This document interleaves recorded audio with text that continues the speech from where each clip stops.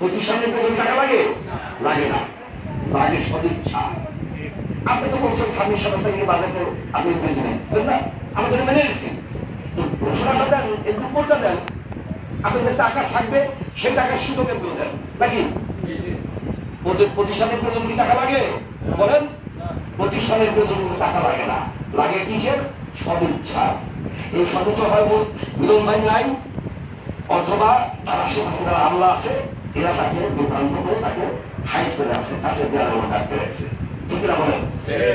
আমি মিলন ভাইকে বলবো, মাননীয় শিক্ষামন্ত্রী, শিক্ষামন্ত্রী আমাদের ববি হাসদার সাহেব, আমরা তো একসাথে রাজনীতি করছি। মিলন ভাই ইসলামের কথা বলেন না, আমরা ফুটপাতে বসে আত্মীয় করছিলাম, আমরা ওই ফুটপাতে ইসলামের কথা বলছিলাম।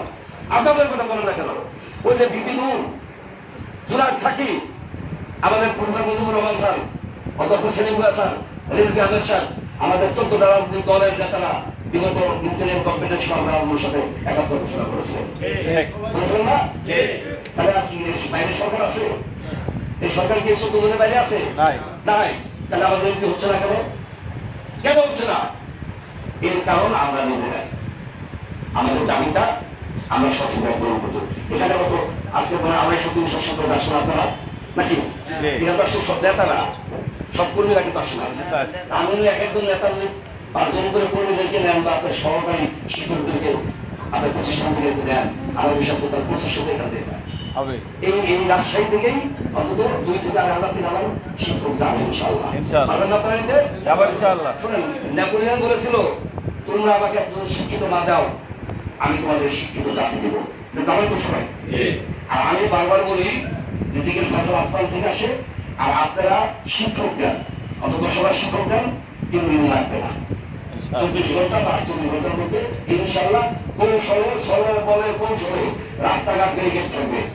ইস্যু আমরা হিংসা করবো না, আমাদের হয় এমপিও জেলারে অচল করে দেবো, আমরা রক্ত দিব। কত রক্ত দরকার? আমি এই প্রথম সাইড রাখি, আমার 20 জন সমাজের সামনে থাকতে আমাদের ট্রাক চালাই নিতে পারবে, পুলিশের গাড়ি নিতে পারবে, আমাদেরকে ওই সেনাবাহিনীর গাড়ি চালাই নিতে পারবে, উনি করতে পারবে? একজন অভক্ত, ক্ষুধার্ত, একজন হতদরিদ্র শিক্ষকের উপরে উনি করতে পারবে? পারবে না। আমরা তো মানব না কাউকে।